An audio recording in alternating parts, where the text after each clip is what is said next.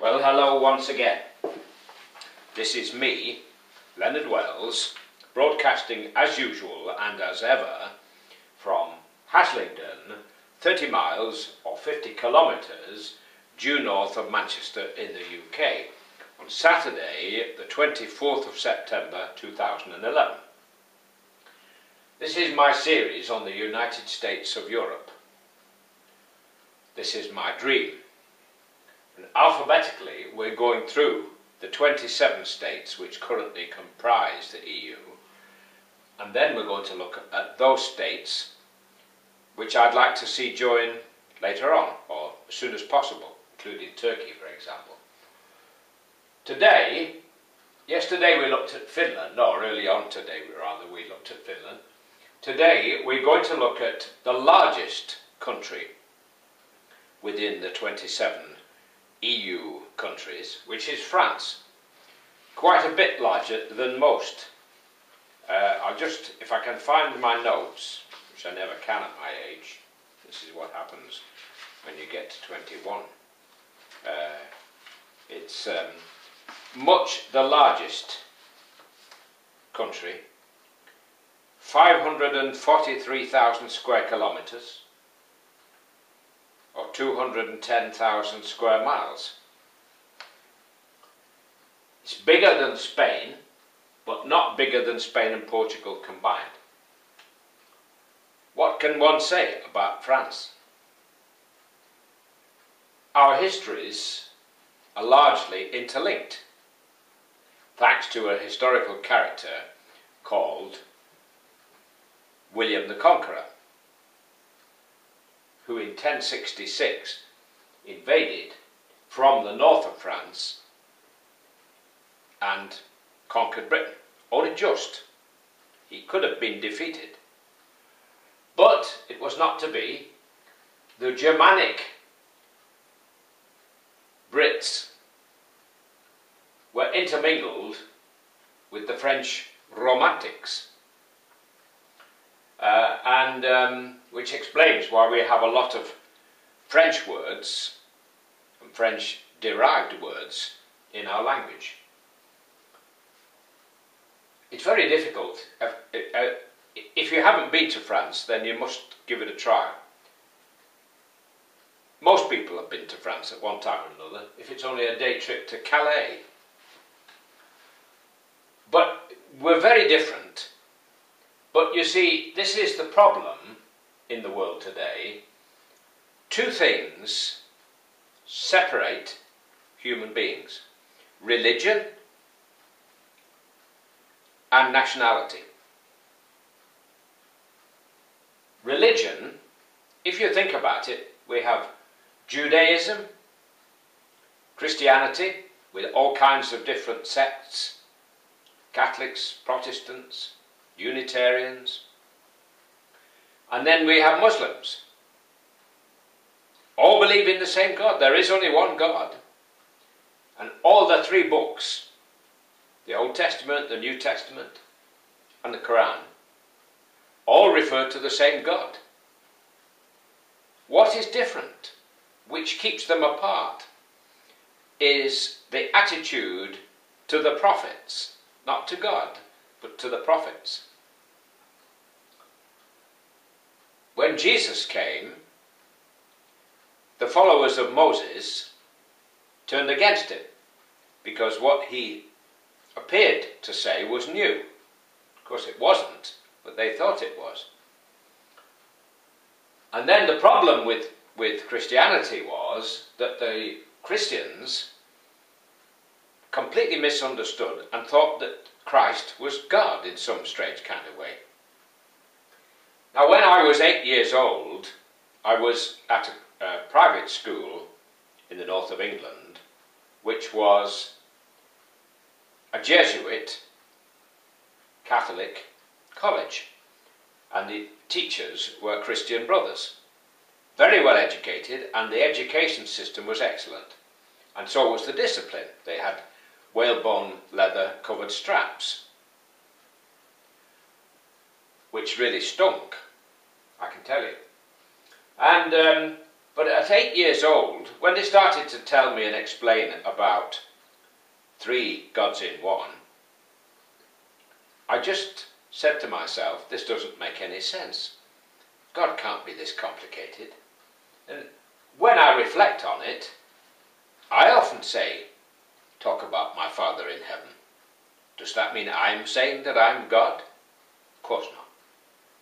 Well, I'm digressing. But nationality divides us all, because actually we're all part of the human race. And all these countries have just arisen historically using the mind. I mean, in war after war, the boundaries and whatever have changed. We used to rule Ireland, and Scotland was separate. Eventually Scotland joined us. Now part of the government in Scotland wants to separate again. Germany has been divided during the Cold War.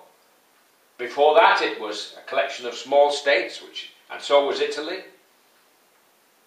And for a long time Spain was ruled by the Muslims, and Finland was ruled by Sweden and by Russia. And so it goes on. And Romania down here was ruled by the Ottoman Empire for a while. So all these things conspire to make us all feel different and apart from each other. But in fact, we're all the same. We all use the same kind of toilet. Well, slight mistake there. Some have a different kind of toilet, but you know what I'm getting at. We're all human beings. And the fact that you have to go through different customs procedures and borders and so on, and needing visas for this and for that, you can understand why the Europeans want to do away with passports, because it's a damned inconvenience. If you drive around a lot, if you live on the borders, for example, and you maybe, as a lot of people in Sweden do, they work in Denmark, and a lot of Danes have bought cheap houses in Sweden. And so it goes on. A lot of English people, 800,000 I believe, own property in Spain. They can drive across through the tunnel. Isn't it amazing? Now, coming back to France and its history, when we come up to the 19th century, of course, you have the rise of Napoleon. And Napoleon was a great general, and he practically united Europe under his authority. But eventually he was defeated between a combination of British and German soldiers. The Duke of Wellington and Blücher, the Prussian commander, defeated Napoleon at the Battle of Waterloo in 1815. Waterloo, by the way, is in Belgium. And when we came to the 20th century, France and Germany were constant rivals, and there'd been a war in 1870, the Franco-Prussian War. Germany defeated France and annexed Alsace and Lorraine along the border. They became part of Germany. And there was this constant sort of hatred between the two. And it come to 1914, and then the First World War started, which was the killing machine. 1.3 million French soldiers died, fighting the Germans. Lord knows how many other nationalities. But we were all at it, killing each other. And to my mind, there is nothing so stupid, idiotic, criminal, and ungodly as war. Which is why I believe in the United States of Europe. Because if we can unite properly, then for 2,000 years to come we will have peace. Every downtown you come to in Europe has a man on a horseback with holding a sword, or a soldier with a gun or something, looking back to our warlike past. Well, why can't we just look forward to a wonderful, peaceful future and learn to work and act together? So, First World War, eventually Germany was defeated in 1918, and at the Treaty of Versailles in 1919, we thought had sorted everything out, but in fact it was just stoking the flames. And Adolf Hitler came to power in Germany in 1933, and eventually, in 1940, invaded France, defeated France, which was divided into Vichy in the south and the occupied part in the north, and Germany took over most of Europe, but it was eventually defeated, as we know, by the combination of Russia, the United States and Britain, with help from Romania, who changed sides in 1944. Since the war, we've had this movement to put peace at the front of all our thoughts and put war behind us, which is why we came to form the EU. Now, Britain was always sceptical. Although Churchill was very much in favour of a United States of Europe, he wasn't in favour of Britain being involved, because he kept looking back at our imperial past, thinking that somehow or other we were arrogantly different. And when we first went to the conference at which the iron and steel community was set up in the 50s, our representative walked out. He fell about laughing. He thought it would never work. A few years later, we were begging to join the common market. But foolishly, we didn't join the club properly. We insisted on playing with our own sized ball. So we wanted to play golf with everybody, but as long as our ball was a different size. Whether it was bigger or smaller, I don't know, but it doesn't matter. So France has been at the heart of the EU. It now uses the euro and is in Schengen. So the Germans and the Belgians and the Luxembourgers and so on, and the Spaniards. Today we have President Sarkozy. We had General de Gaulle in the past, who was a bit of a pain. But France, when you think about France, when I think about France, my mouth waters at the thought of the smell of beautiful French coffee in the morning, and gorgeous warm croissant with butter and jam on. I'm not supposed to have jam, but never mind. All those beautiful French cheeses and different kinds of butter. Oh!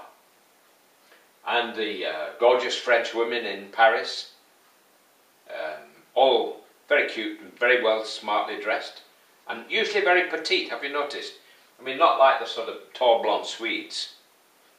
I quite like tall blonde Swedes, actually. I always think you get more for your money with a big tall lady, but that's another story.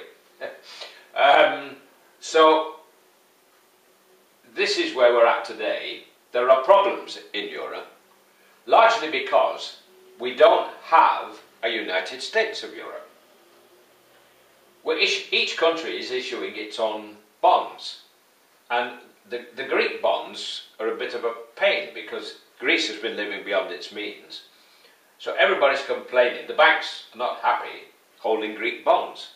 Now, if we were properly a United States of Europe, we could issue euro bonds, which would be backed by all of the European countries and would be as good as gold, so to speak. So that's part of the problem at the moment. We keep talking about lack of leadership, but how can you lead when everybody is singing from a different hymn sheet? Now, just to give you one little statistic, the combined GDP, gross domestic product of Europe, of the 27 EU countries at the moment, is almost as great as China and the United States combined. Isn't that incredible? Just think if we brought Turkey in, and the rest of the Balkan countries, which are not in at the moment, and maybe later on the Ukraine, even without them, we are still the biggest economic power on the planet, without a shadow of a doubt. And we will go on becoming so, because basically all the brains of the world that are in Europe, the economic powerhouse in China might be getting going well for the moment. But I have my doubts. I have a feeling that China might implode, because what it can't do with its system, I mean, there is one Chinese city which has 2,700 billionaires. And not many miles away are the poorest people on the planet, or some of them. So imagine the tensions. And this is one of the difficulties we have in Britain. The rich feel that they shouldn't pay as much tax as we expect them to. And the poor don't like it when they see banks giving £1 million bonuses, getting paid for very little. Well, I'm digressing slightly. We've looked at France. We're going to move on next, I think, to Germany, which will be in the next episode. Very interesting subject, France. I hope you've enjoyed it. I've liked talking about it. I like going there. Although my favourite country is Romania, because that's where my girlfriend lives. There you have it. I will say God bless, while it's still legal here in the UK to say God bless. Take care. Bye for now.